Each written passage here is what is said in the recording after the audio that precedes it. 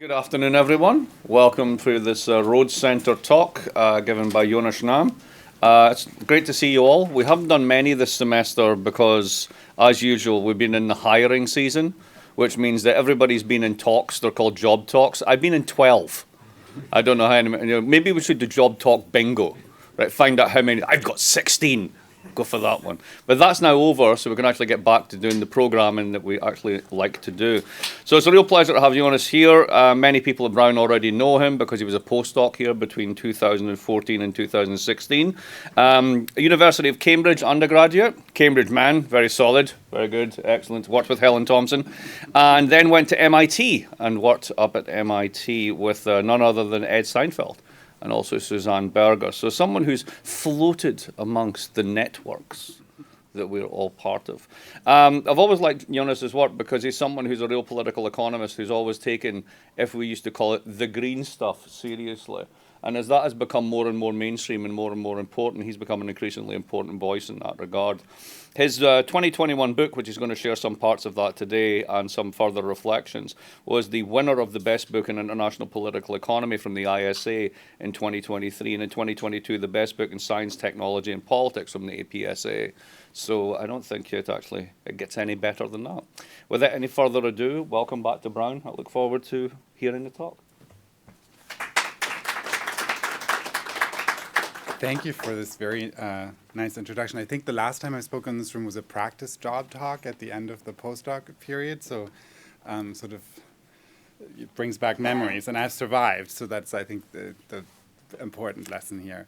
All right, so I'm going to talk about my book, which came out late last year, and I think has only gotten more relevant since, because sort of the world around green industrial policy and clean energy has changed, particularly in the US. And so sort of my plan for this talk is to not talk for too long, but to kind of briefly lay out the outcome that I observe in the book and explain sort of this global division of labor and clean energy industries, offer an explanation for it, and then run through the German and the Chinese case as sort of two illustrations of this, and then maybe open up for a broader discussion on sort of economic decoupling and climate policy in this new era of kind of mercantilist trade policy that we're about to enter. And so maybe I'll start with things that happened after the book was published. But this summer, the president signed the Inflation Reduction Act, which may or may not reduce inflation. But it's not really primarily about that, it seems. It's, at the core kind of a very ambitious opening move and kind of redefining what the American economy might be about and what sort of American government intervention might be about. And it's at least an attempt to launch a process of catch-up development, if you will, in which the US tries to catch up with China in these industries that are currently so dominated by China. And also dominated by Europe, at least more than the US is currently engaged in. And so it's an industrial policy bill, most of all, that contains a lot of local content requirements to try to bring these industries here. And so the book that I'm about to talk about is not really about whether the US will be successful at that project, though I'm happy to offer sort of speculation on that afterwards. But it is a book about why the US ended up in a niche of this global division of labor that has left a lot of people sort of unsatisfied, if you will. And so it's a strength in the United States of invention, but not so much of actually commercializing and manufacturing the stuff. And I think the kind of developments at the moment are very much response to that. And so the US has been wrestling with these issues for quite a while politically. And so the answer to why the US ended up where it did in many ways starts in China. And so I don't think we can really understand sort of the US role in these industries today without understanding kind of what China did and where China came from in these sectors. When I started working on this project over 10 years ago at this point, which is sort of embarrassing to say, but I wanted to understand why China was moving so rapidly into these industries and kind of dominating these new industrial sectors. In the US at the time, the Obama administration was in power, and Obama had sort of just declared that this was a big clean energy race against China, that China was winning and the US needed to kind of engage in more seriously. And at the time, it very much seemed like China was winning. Solyndra, I think some of you are probably too young to remember these things, but there was this big solar firm that went bankrupt with a lot of government money in the US, and it just seemed like our attempts to win that race here weren't going very well. And I think in Germany, too, there were high-profile solar manufacturers that had gone out of business at the time. And I think the discussion surrounding that was really also a discussion about the broader viability of the German economy in sort of this global economy that was dominated by China in many ways. So could you be a high-wage manufacturing nation in these supply chains in which China was taking up more and more market share? And so when I started going to China and actually sort of spending time on the shop floor and interviewing firms, I was surprised that this wasn't really about a race between these different places, but actually a lot of collaboration between manufacturers from each of these economies and a lot of sort of on-the-ground work together between engineers from these three different places. And so China's firms were indeed very kind of competitive in a sense and focused on the kind of innovation and R&D required to bring these new technologies to mass markets and make them cheaper and faster to manufacture. But they did that often on production equipment that they bought from German firms and tweaked with them. They used materials developed in the US. And so this wasn't just a China sort of story in a way. And so one of the companies, JA Solar, which I sort of talk about in the opening of the book, had just released a kind of new high-efficiency solar cell at the time, but it really was developed in collaboration with a German production equipment manufacturer, and one of the key ingredients, a silicon ink, was coming out of an NREL collaboration with a Silicon Valley startup. So it was really sort of a very global story. And so instead of sort of thinking about going head-to-head, what I observed were kind of three very different engagements with these industries. What I call customization in Germany, so a focus on automation, production equipment, complex components for these industries in firms that are fairly small, often family-owned. In China, what I call innovative manufacturing is a term that Ed and I came up with in a collaboration many years ago, but sort of a focus on commercialization and scale-up to mass production, so the kinds of innovation you need to change product design so you can make them better and faster. And then in the US, kind of a focus on invention and really a focus on startups that were spinning off from research institutes such as this one, and without very many production capabilities, but sort of great strength in coming up with the next generation technology.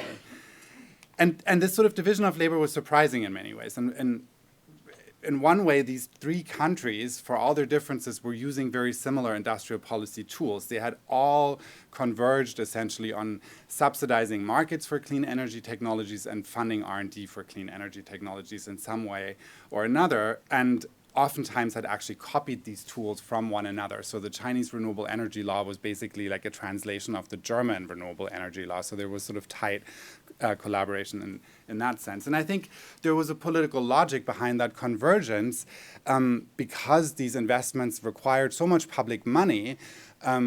Governments were sort of trying to use tools that would bring some of the economic benefits back domestically as well. So politically, it was hard to justify subsidizing wind and solar if you didn't also could point at least to the ambition of building manufacturing plants that would actually employ people, whether that worked or not. And so what started as open-ended kind of investments in exploration and new technologies after the oil shocks and sort of the possibility of moving away from fossil fuels, at some point then became real industrial policy goals about building manufacturing plants and sort of creating an industry around this.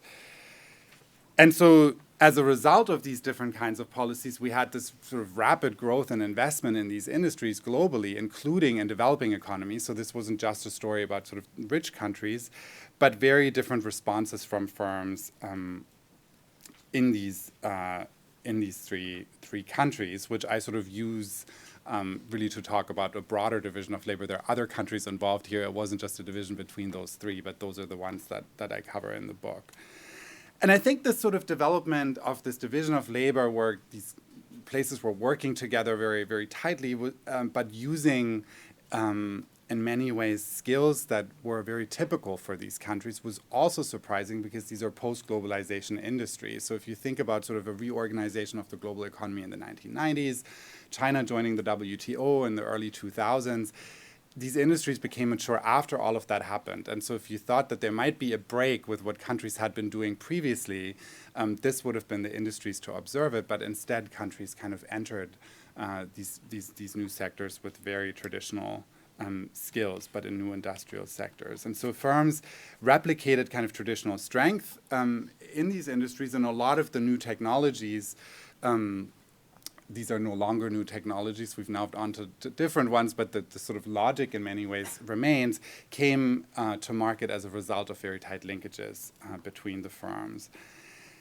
And so the question that I ask in the book and that I'm trying to answer here today is why firms picked these distinct specializations in the global economy, even though they were supported by very similar industrial policies in these places, and picked these different specializations in defiance of policy goals that in many ways had the hope that you would get entire industrial sectors into the US and into Germany and into China. So everyone wanted to do everything, but only got a share.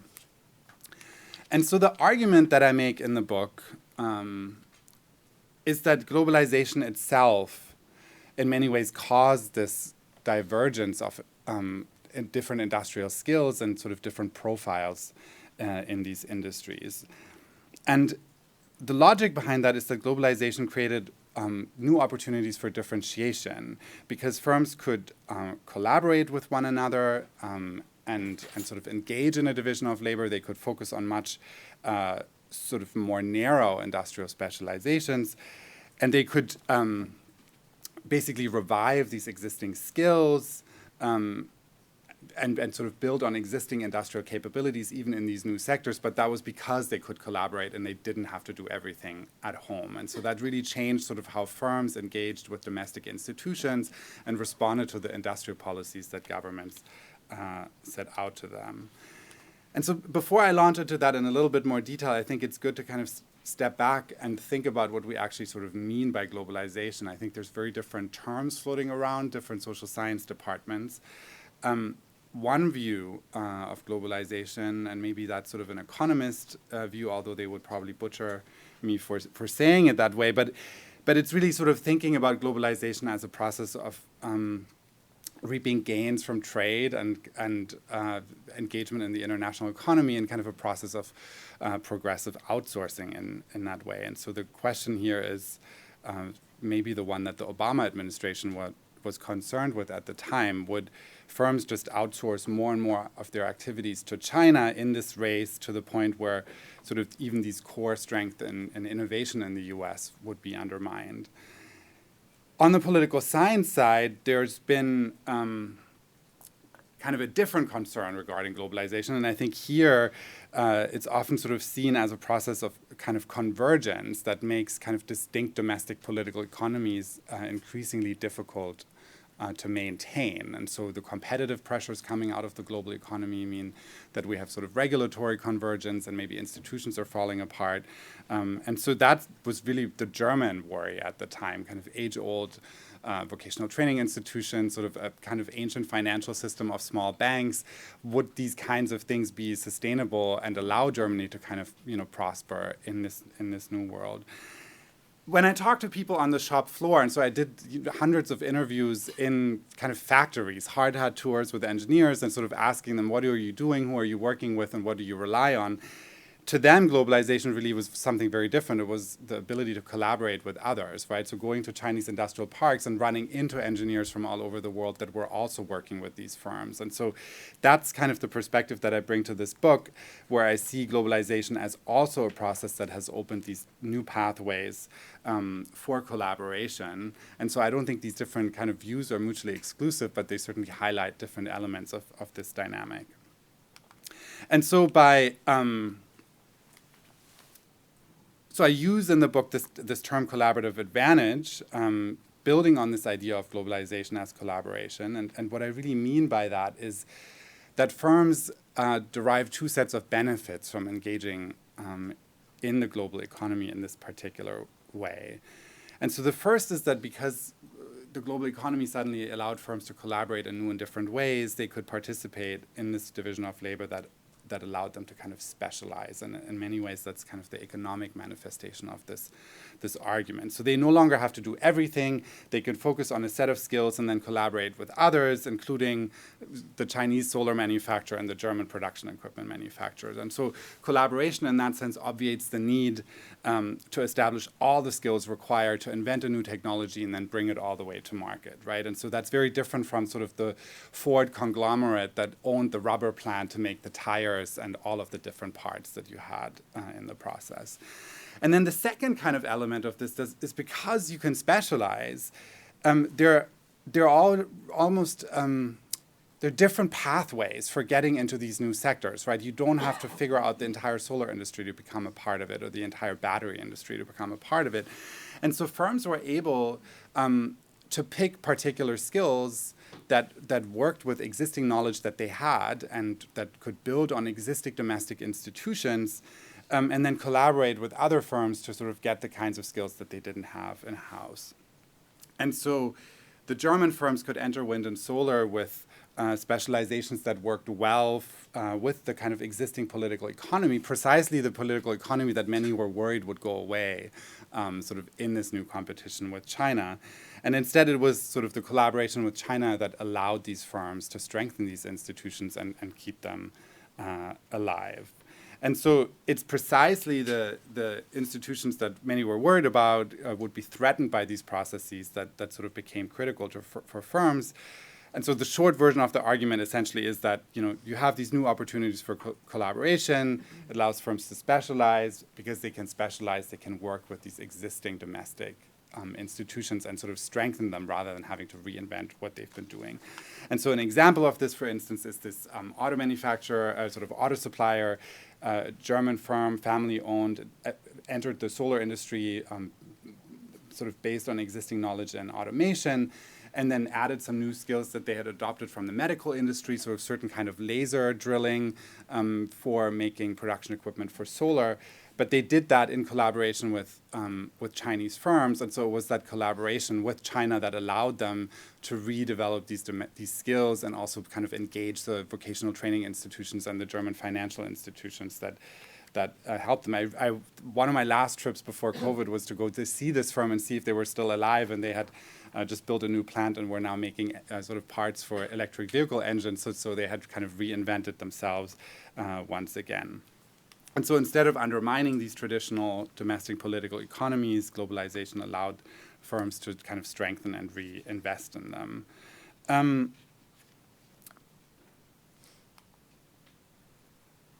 There's sort of a big literature on kind of comparative capitalisms that I want to kind of skip over here. But I guess the sort of short takeaway is that it's quite opposite of a race, and sort of the political rhetoric that was coming out of governments at the time. It was because of this collaboration that it wasn't a race, that these firms sort of enabled this differentiation and strengthened it over time. So that was a little bit of an abstract discussion. So let's sort of get into some of these cases and actually talk through what happened with kind of real names attached. I'll talk briefly about China and Germany to do this, but I'm happy to talk about the US. I usually get most of the Q&A with American questions, so we can kind of get this stuff out of the way and then talk about the US afterwards. And so the argument I'm making here really is that sort of, China's rise enabled Germany to remain more German than it would have otherwise have been. And I think people often forget that in the early 2000s, Germany was really not doing well. It's had this sort of very long economic boom since that's now, sort of being undermined by more recent developments. But back then, there had been a long economic crisis. There was high unemployment, a lot of perception that the country had basically become uncompetitive, and that these sort of institutions and the way of doing business was no longer really relevant in this new global system.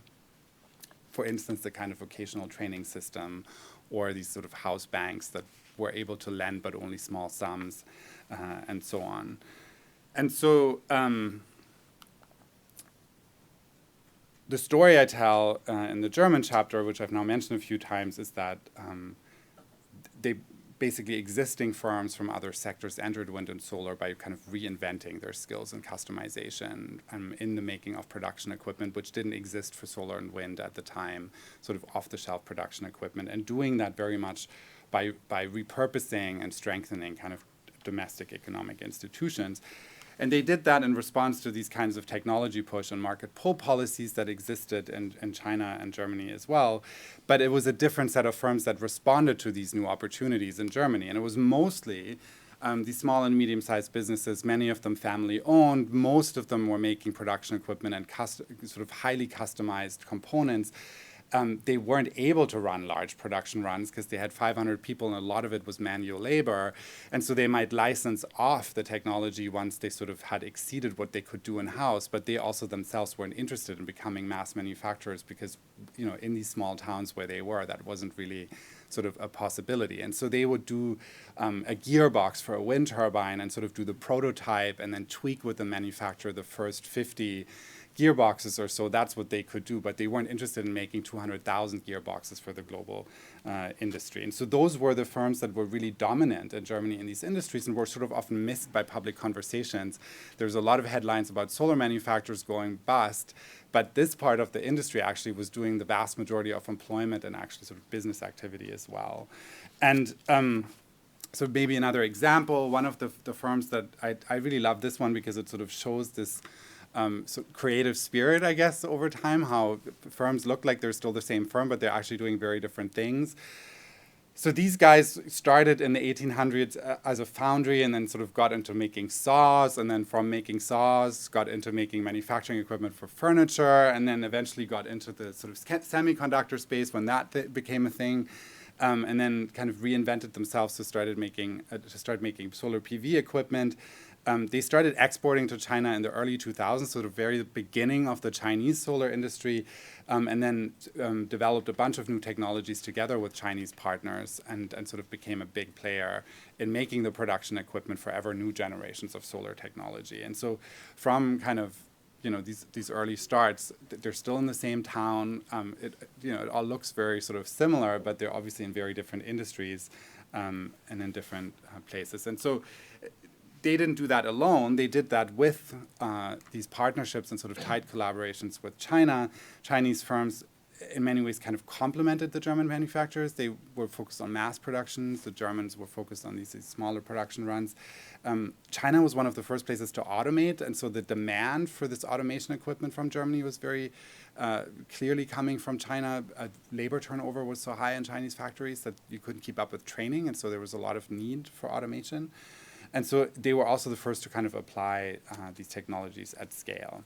And so what you saw over time is sort of a rapid increase in exports from Germany to China, and actually a trade surplus in these industries for a long time with China as a result of this sort of collaboration. And so interviewing firms and asking them what kind of institutions they were using, what was important to them in doing this transition and getting into these industries, it was a lot of the very traditional stuff. They needed the kind of skilled manufacturing labor. There is no R&D department. The shop floor is the R&D, and that was still true in these sectors. They also didn't need a ton of money, but they needed very patient money and people who would trust them that if they spent $4 million reinventing themselves for a new industry, it would somehow work out. And so this sort of financial sector that many thought was very limiting was actually also very supportive of this particular process that these firms had embarked on. And so the other side of this is sort of China's rise, which, if Germany was worried about losing manufacturing, I think China at the time was starting to try to get out of manufacturing. And there was a lot of push both to be more technologically independent and focus more on innovation, but also not do sort of low-end manufacturing for places. But what we got, and so it's, concerns about the middle income trap and all that sort of stuff started to kind of appear during that time. How do you grow past manufacturing with an economy of that size? But what I found in China is that firms actually very much wanted to stay in manufacturing and relied on kind of local government institutions that supported mass production. And so they started innovating and kind of building R&D teams around manufacturing. One of the sort of stories that that I think is sort of illustrative of this is they were able to build kind of what they called golden lines, entire manufacturing plants that were just for R&D. The German engineers always sort of got a little teary-eyed talking about it, because in Germany you had to kind of compete with production, right? They had to shut down the plant for the weekend so that you could run some experiments. And then China was like the paradise, because they had these incredible plants that were just focused on this particular thing. And so they built on these legacies of mass production to kind of push into innovation in these sectors, but in a way that didn't compete with the kind of new tech coming out of the US or the sort of customization coming from Germany. The central government in China very much wanted that direct competition. So there was a focus on indigenous innovation. There was this thing called the Made in China 2025 initiative. So kind of a host of different government initiatives to try to make China less dependent on innovation coming from elsewhere. But local firms turned around and said, okay, this is great, we'll take your R&D money, but we'll spend it in a way that doesn't actually compete with these foreign partners, but sort of helps us fill this particular niche that nobody else had filled. And that was this kind of focus on manufacturing R&D that I call kind of innovative manufacturing here. And in some ways, I think it made sense, right? Because in global supply chains, you were able to license technology, you buy technology. There's a lot of talk about sort of China doing this illegally, but they're engineering firms in Europe that will design you a wind turbine for a fee, and you know, lots of kind of licensing agreements with places elsewhere. So actually sort of very legal ways of doing this collaboration. What no one could teach them was how to do mass production. So this is the early 2000s. We haven't really used these technologies at scale. If you drive from Los Angeles to Palm Springs, which I recommend because it's a beautiful drive. There's this sort of crazy dinosaur museum on the side of the road, and then past it you enter this valley, and there are thousands of wind turbines, but there are also thousands of burned out wind turbines kind of on the side of the road. And so in the late 1990s, this was a very experimental industry still. I mean, people were sort of tinkering in their garage with these technologies. And so no one had actually kind of brought it to scale in this kind of modern, very professionalized way. And so I think that was the niche that the Chinese firms saw in these sectors. And so what they did is enter kind of long-term collaborations with firms elsewhere, and get, in this case, this 863 program used to give out money for applied research for Chinese firms. So every year you could apply, and it said, like, you can get money if you develop a wind turbine that has this capacity, and then the next year it would go up a little bit. The idea was that you would sort of make it your own and not work with foreign partners, but they all entered these kind of licensing agreements with other partners abroad, in this case from Germany, eventually sort of signed joint development agreements, took a stake in the German company, but this kind of division of labor remained. The R&D money was repurposed a little bit. The Chinese side was focused on figuring out how to take that German technology and then sort of bust it up and bring it to scale. And that was sort of tolerated by the central government as long as there were kind of Chinese brand names on the final product that was shipping. And in that process, they repurposed a lot of manufacturing institutions. I'm happy to kind of talk about the logic behind that, but basically local governments in China are highly incentivized on GDP growth. And so investing in long-term manufacturing to them, innovation makes no sense, because innovation often fails. If you invest in manufacturing, you get sort of a short-term bang for your buck.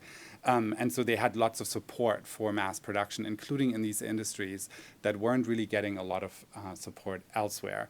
And so one of the key, I think, innovations in China wasn't so much that they were getting preferential interest rates for bank loans, for instance, but that there was a financial sector that was willing to lend the kind of money that you needed to build these huge manufacturing plants on which you could then develop the kind of innovative skills that you needed. And you see this at different periods in time. This is just sort of going through annual reports from some of the big solar manufacturers. In the aftermath of the financial crisis, they were able to raise huge amounts of money and expand manufacturing capacity at a time when basically financing had dried up everywhere else. And there simply was no one willing to lend $2 billion to a German or an American solar manufacturer to build something elsewhere. And that, I don't think, really has changed so much. So they sort of repurposed these local institutions, including this financial sector, focused on manufacturing. And so what we got instead, as a result, rather, is this very rapid decline of the cost of these technology, which is now upending kind of energy markets and politics and all of these things now, sort of all of a sudden. But it's been coming for a long time, and it's not just a Chinese story. It's also a story of, inventions coming out of Silicon Valley and, production equipment from northern Italy, and so many people had kind of something to do with this. And so if this is the result of the kind of collaboration that I've been pitching throughout this talk, so things have changed a little bit. It's a lot less popular kind of as an idea. Where does this leave us now? And so I've argued that these sort of different specializations are only doable because of collaboration, that you need this kind of collaboration actually to take advantage of your different strengths in a way.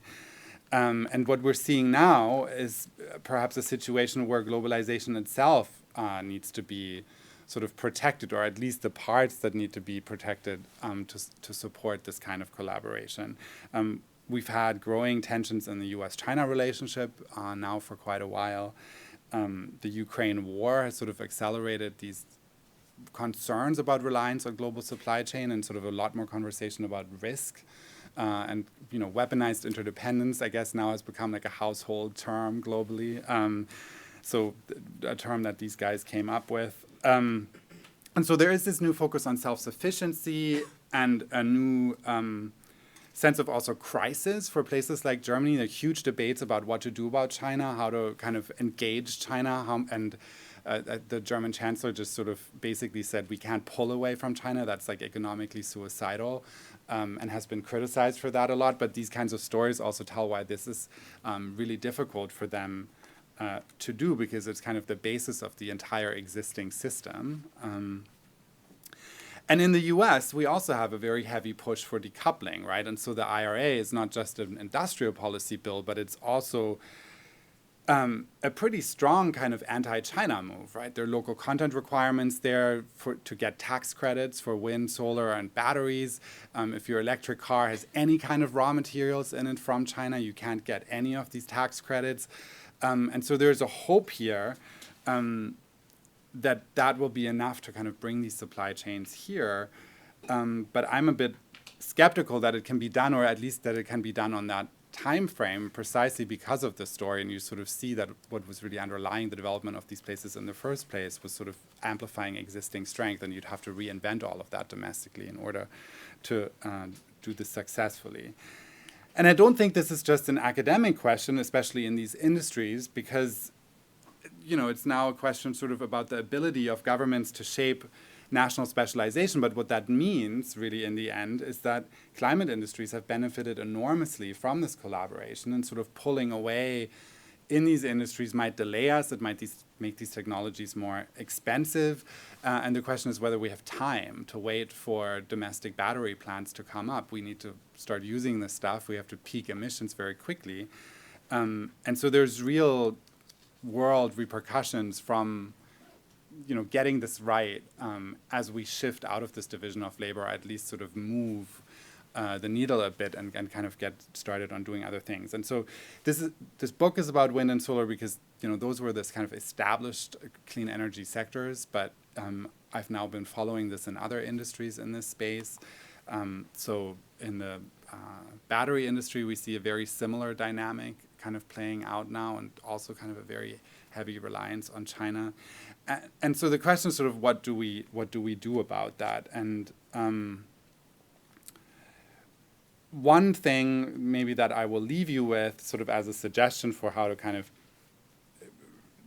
deal with this kind of going forward and be more realistic about it is maybe one of being a little bit more measured in our collaboration, being more realistic about how long it takes us to develop alternatives, but in the meantime, for the sake of climate, also to continue these kinds of collaborations that we can't yet replace. And I think politically, it's unreasonable to expect the US to spend huge amounts of money to restructure the domestic energy economy if all of those products are coming from abroad. I don't think that's realistic.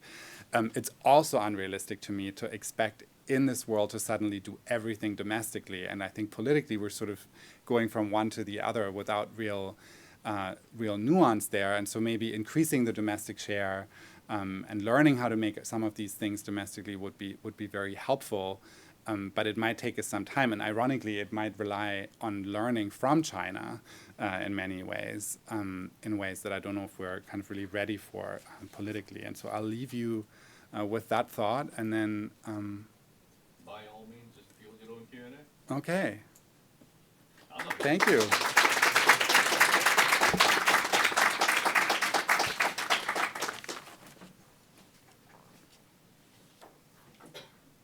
Nick, yeah. Maybe we should take students before faculty. Up to you. No, that'll never happen. You have to get it started. Okay, so, fascinating talk. I really enjoyed it. It's reminiscent of many earlier iterations of high-tech politics and cooperation. Semiconductors is one that I think of, where something fairly similar happened between the United States and Japan. And it became evident that even as Japanese producers, especially of commodity memory chips, where production expertise was a competitive advantage of Japanese firms, and they began to excel, U.S. firms were not particularly good at this learning, which you ended by saying might be part of what's so important now. But I wondered what you think is happening on the Chinese side. Will the same kind of competitive advantage in large but innovative manufacturing remain in China? And will those Chinese organizations show the same adaptive capabilities to remain in current and succeeding waves of sectoral change as the German Mittelstand did? This ability to move almost existing business models from one sector to another sector seems critical to this argument. And we know that the German Mittelstand has often been able to do this. If we can generalize about the United States at all, it's often new entrepreneurial firms that come into new industries, not older incumbent firms adapting. And what do you think will happen in China? Can these super innovative mass manufacturers remain in business, or will the whole Chinese economy become a big game of real estate? Well, the real estate thing, I think, is over. I think the government's very actively trying to deflate that right now, which is reflected in their sort of abysmal growth numbers. But I think it's a good question. I think the area where I have the most concerns is sort of in that field we're observing sort of how this actually happened on the ground and how much exchange there was between these different groups, right? So you'd have, in this in the development for the Silicon Inc., for instance, that I mentioned earlier, this was a Silicon Valley startup, got NREL funding. They almost ran out of money, sort of, didn't really know how to get this, wanted to become a solar manufacturer. They then worked with the Chinese solar manufacturer to turn that into a product. And the Chinese manufacturer then had a big advantage because they were the first to bring this about. But that meant that, American engineers were on site in China for years trying to do this together. And so I think this kind of collaboration, I mean, regardless of all of these other institutional problems that exist, that is really breaking down now, right? And in return, some of the European manufacturers also wanted to see how the scale-up was happening in China, because that would help them design the next generation of production equipment in Europe. And so if you have to go through 2 weeks of quarantine every time you go, I mean, this entire system sort of can't continue in that way, right? So I think there's a lot of sand in that, in those wheels. But we do see China doing the same thing in other sectors. So I think the battery one is a similar case. And it's in part, I think, driven because Chinese institutions sort of reward that system still. I mean, we still haven't gotten an alternative performance evaluation for government officials that isn't 80% reliant on GDP.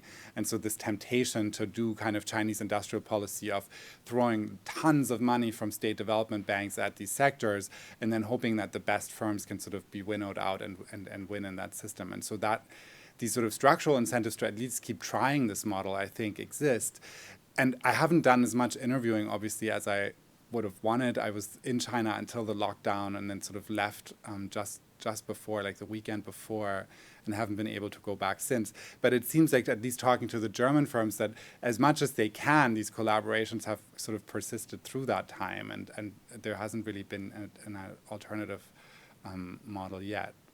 but it's it's a good question. And for the climate part, I hope they can kind of bring this to all sorts of other areas, but that may not be the case in practice.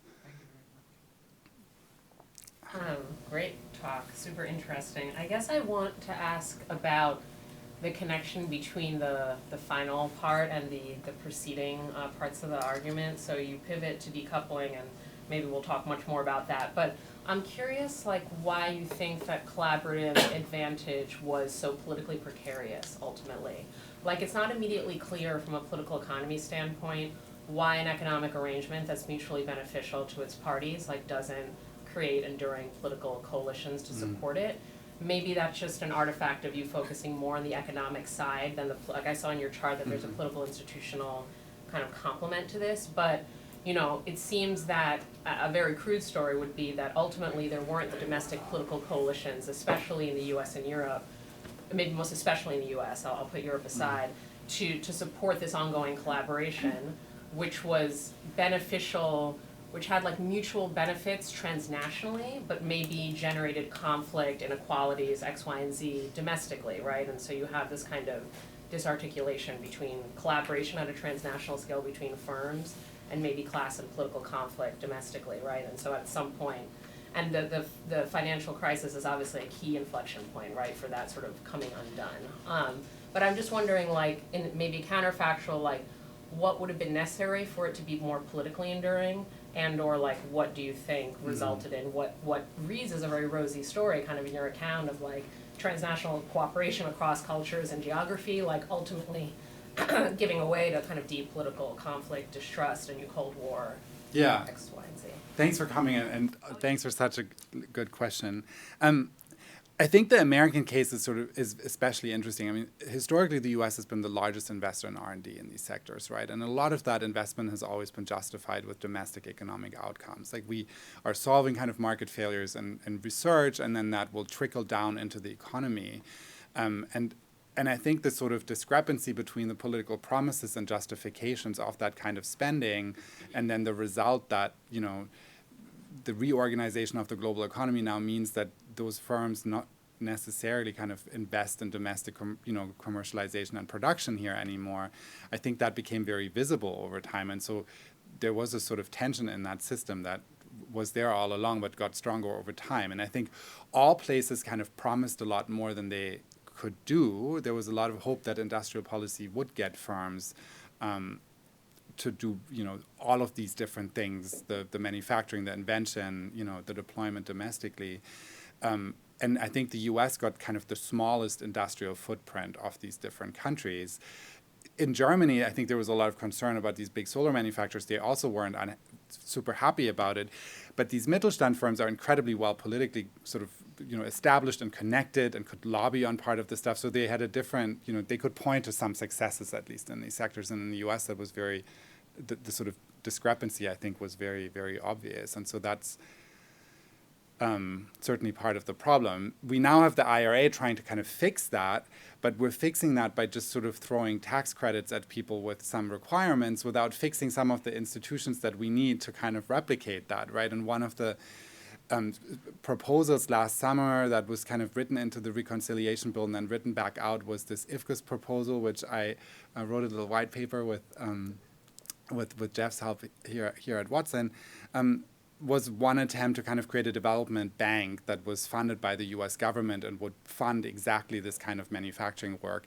That would have been a starting point to sort of not just ask firms to do more, but also really kind of fix some of the institutional holes that have prevented that from realizing. But we, obviously didn't get one. I think we got a lot of loan authority for DOE, and that might go some way towards fixing this, but it's not quite the same. So, yeah.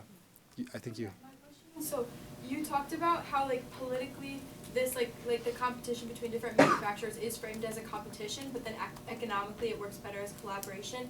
And so I was wondering if in your interviews with firms and workers in these 3 different countries, if they shared your thought that it's economic collaboration, or if they still thought of their firm as competing with other foreign firms. Just if there was any discrepancies in what the workers thought, and also if that would affect domestic industrial policy, if their public opinion would affect the development of more domestic industry or not. I think it's a bit both. I mean, it's not like there's no competition in these sectors, right? Each of these firms are competing with lots of firms that are trying to do the same thing. And especially in China, the kind of competition between these different manufacturers is very fierce. They're very thin margins. Some of them went bankrupt. And so you have to kind of be good at the innovation part in order to survive. So there is lots of competition. I think that what I saw often, though, is that when governments came out with these industrial policies that said, okay, now we're basically nationalizing the solar industry and we're becoming technologically independent, firms would sort of nod and publicly play along, and then basically made zero attempts to change this sort of nature, because it would mean that they have to kind of get really good at something that's very easily available from somebody else, and they all have limited resources and sort of have to prioritize what do we do.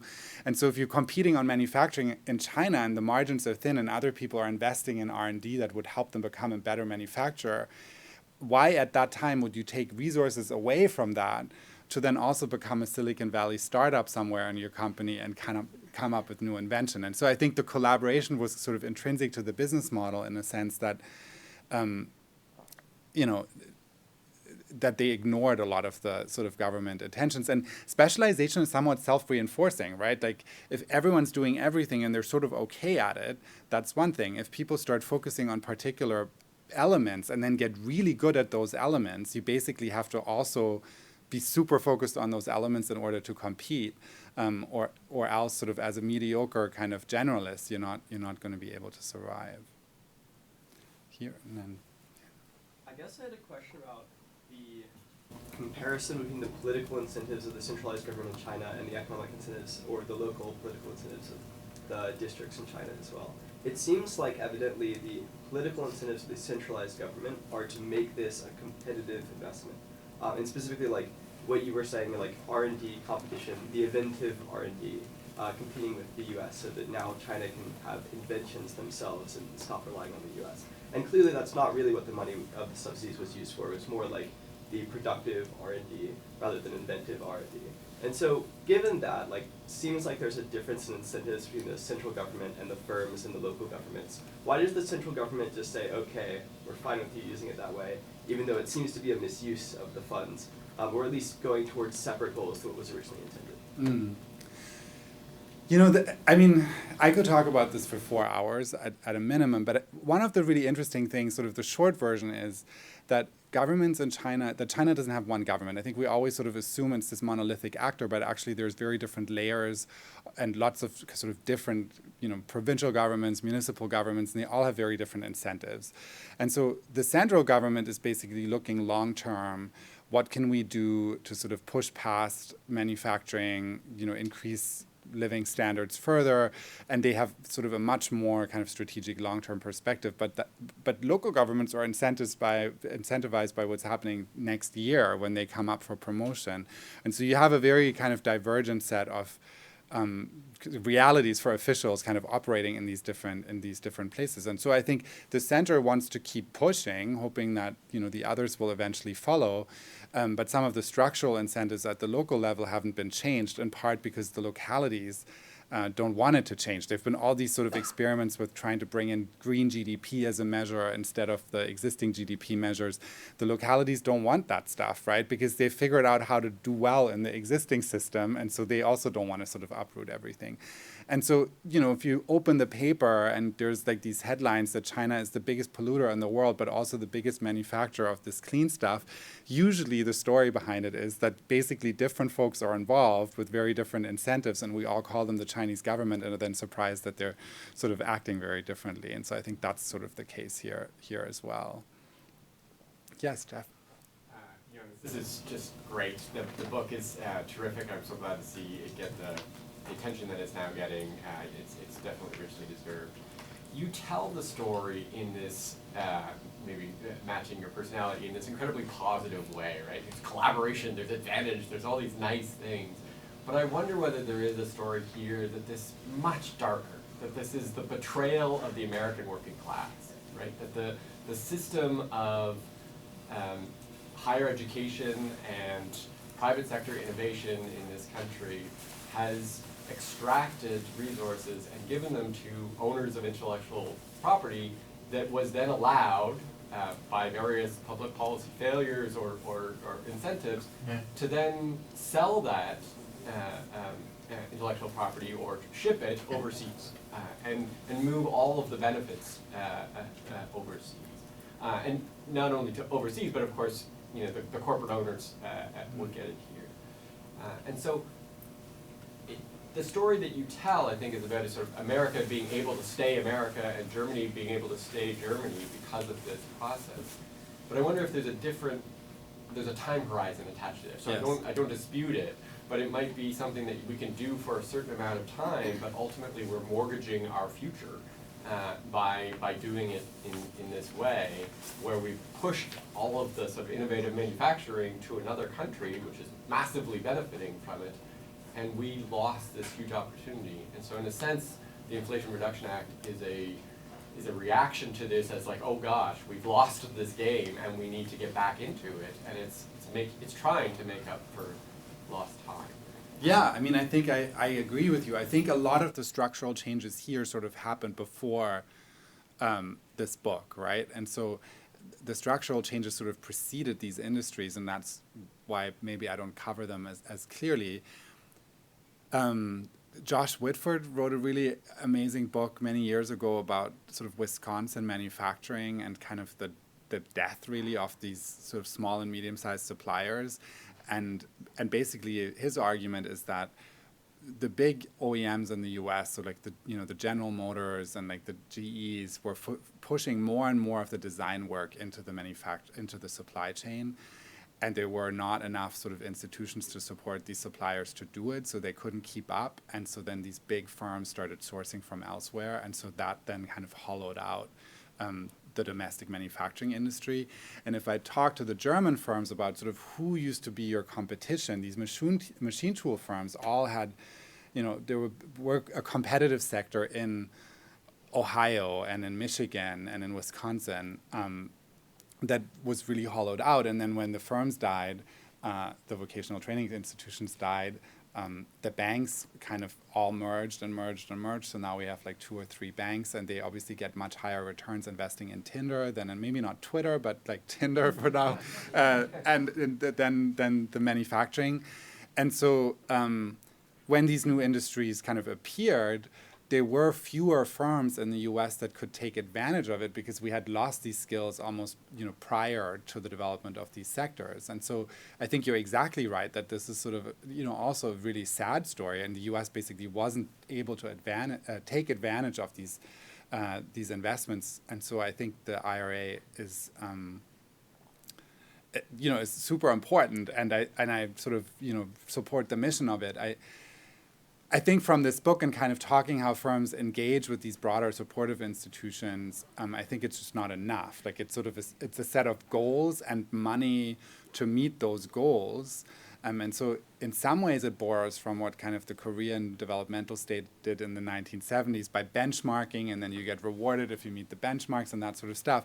But Korea also had all sorts of institutions to help firms get to those benchmarks, and we've somehow not done that. We also don't have an opportunity really to adjust the benchmarks because we've passed that bill by locking Manchin in the basement for 2 weeks and then just barely got it through. So we can't kind of open it up next year and say, okay, so maybe the local content should be 38%, not 42%, right? And so I think it's a really good project, and it's important for climate policy in America. I mean, I hope we do get lots of plans, and I hope they're all in Republican states so that you can make an economic argument for why this needs to be done and maintained. And there are also obviously sort of, all sorts of other sort of problematic developments in China that might mean we want to maybe sort of shift some of this stuff elsewhere. So I think I see it very similar. I think my positive spin is less my personality than me kind of looking at these cost decline figures and saying, okay, it actually now makes sense in most of the world to invest in solar and batteries over building a new gas or coal plant. And so, we have to be around as a planet to kind of figure out the next step. And I think that collaboration really helped in getting us there. But I do think that this sort of we just innovate here and manufacture somewhere else is politically unsustainable. And it's a big reason why climate policy has been so volatile in this country, because there's never been like an industrial coalition to support it. And particularly manufacturing has this incredible political clout in this country because everyone associates it with 1950s union jobs and, you know, sort of a good living wage. And so we're looking for that, but we haven't actually ever gotten that manufacturing industry really quite in the same way in these sectors to support climate policy. Just super quickly, I mean, following on Thea's point, her question about sort of maintaining that domestic political coalition, it does strike me that, yes, it's great that we brought the cost curves of wind and solar down, but at a huge price in terms of maintaining a political coalition. And so when we're thinking about the next set of technologies, whether it's EV batteries or hydrogen or what have you, maintaining that political coalition has to be on our radar screen, or we do it again, right? We mortgage our future again. Right, and that's why I think the IRA in many ways is such a sea change in thinking about climate policy in this country, and also about research about climate policy. I mean, it's been sort of about public attitudes and measuring what people feel about this stuff, and sort of, you know, then trying to tax it. I mean, that was, you know, carbon tax is the way to go. It's sort of a hard thing to market to people as a positive thing. I mean, no one's ever liked a new tax. And so now this, you know, we're not even talking about emissions anymore. We're talking about plants and jobs. I think that will help build that. I still think we're not going to make the 40% local content requirement for battery materials by January because it would take someone building 17 lithium mining plants between Thanksgiving and Christmas. Like, it's unlikely to happen at this point, right? And so, huh? I'm going to build 3. Yeah. With your research funds. Yeah.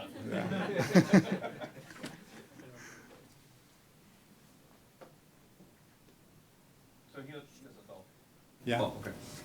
Dan sent me a piece that just came out in Nature, which is very interesting. It basically compares, if you like, kind of a global optima of global collaboration and decarbonisation versus a whole series of simulations at subnational levels of varying degrees. And what that suggests is that we get a little bit too focused on scale. That scale is planetary, and that's the only way to do it, and if you don't do that, somehow it's going to fail. But would it be so bad if essentially you had China doing whatever they wanted to do and then trading with whoever they wanted to trade with, the EU basically investing everything it can into sort of green industries and doing its space, and then America reluctantly coming off carbon eventually and doing what it does, even if it means a whole bunch of imports? At least going by the simulations, it's the second best, but the efficiency loss is in the order of 5%. And if you're trading 5% sort of outcome efficiency for 50% more political chance of it happening, then maybe it's not so bad. Maybe we need to actually change our focus, in a sense, away from the global towards the more regional is actually the place to act on. Yeah. In which case, what Jeff's worrying about is America's problem, right? Definitely, but a solvable problem for America, rather than something that has to be then scaled up as a kind of part of a global moving, you know, set of different issues. So just a thought on that. Right, but we're also in a very different world now, right? Like in 2005, global solar markets were a fraction. So if you wanted to get to scale, you couldn't get to scale in 16 different economies because the market just wasn't big enough to do that, right? And so we learned how to do scale in one place, and that was probably the only way to get here. But as we now switch everything to solar and wind and batteries and storage, we can probably achieve scale in lots of other places. And I think in many ways that's also why China might not be so concerned about local content requirements in the US, because, you know, if the pie keeps growing at that rate, you can do better even as other people do better. And I think people can be a little bit generous about it. And so I think that might be a good path forward. Didn't mean to skip over you. No, that's all right. I have a question that's not really a fair one, and I think maybe you can answer it in 3 or 4 hours yourself. But the elephant in the room for me here is Africa and COP that's happening in Egypt right now. And I'm just curious if the dynamics and processes that you've been looking at for your book, I'm wondering how do you see it playing out in the African development economies, which I think literature sort of presents as the Chinese development playing field for the past few years, and then if there's anything along these lines that you see happening in COP that's interesting, that's caught your attention. I've missed a lot of COP, so I don't want to give sort of, I'm not sure I'm the right person to talk about that, but I have been thinking a little bit about Africa. And the way that I've been thinking about it is looking at the global supply chains for these industries and thinking, okay, so if we shift some production from China, where could it go, right? If all these places want to decouple, but we also know how much of these things we need to produce to meet 2030 goals, where are there existing capabilities that would allow us to scale this stuff up? And in all of those calculations, the only way that developing economies really feature, maybe outside of a few exceptions in East Asia, is through very extractive industries without really a clear path to get out of that into more value-added manufacturing and sort of, use it as a developmental pathway. And I also don't think that that is politically sustainable. We can't just be kind of mining, cobalt in the Congo and then not give them anything else, no pathway to sort of become the producer of something that they could sell for a lot more money, and expect them to still support the overall process in the long run. And so the Belt and Road Initiative for the past 10 years or so has been in many ways the only game in town in terms of kind of overseas energy finance, and not with the green tilt. I mean, some green stuff, but also lots of not green stuff. And I think there's a real opportunity to think about what could Europe and the US do together as we're sort of questioning this current setup and shifting some of these things to make sure that it's not just extractive sort of industries that end up in the global south, and that we can sort of tie, we have to build the coalition not just domestically but also globally. And I think that's where a lot of work needs to be done. And you see at COP sort of the big conflict is, who's going to pay for mitigation and adaptation in these places, and sort of no one wants to be on the line to kind of be responsible for covering those skyrocketing costs. But I think that's a really important one to figure out.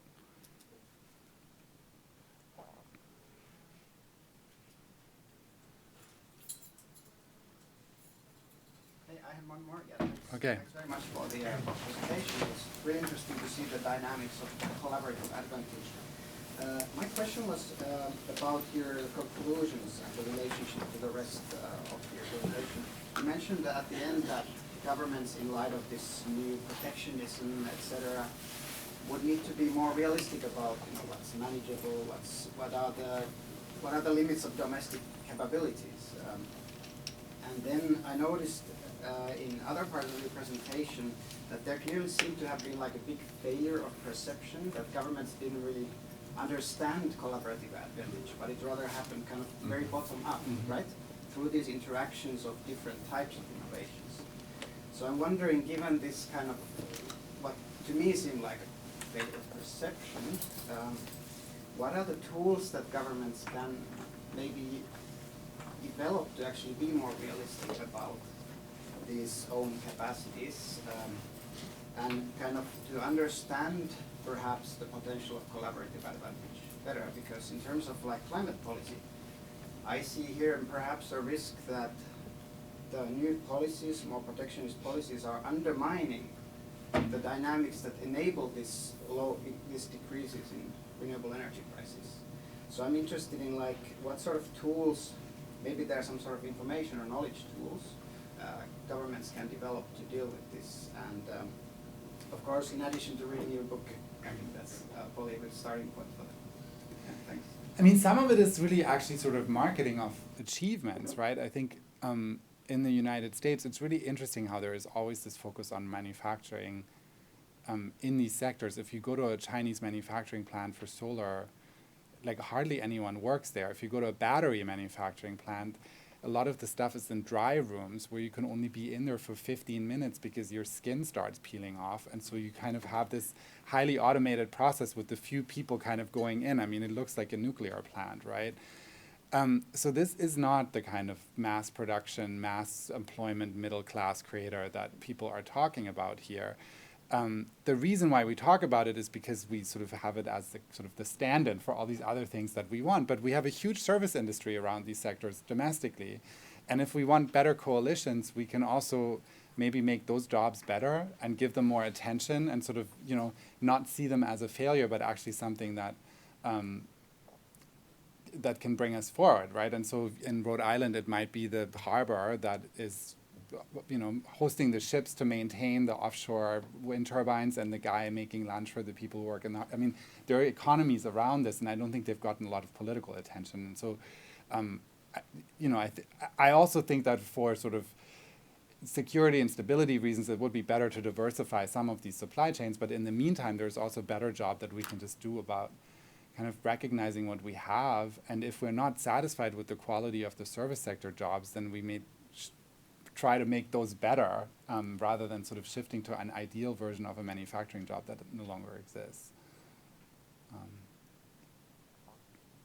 We are at time. Thank you very much. Thank you guys for coming.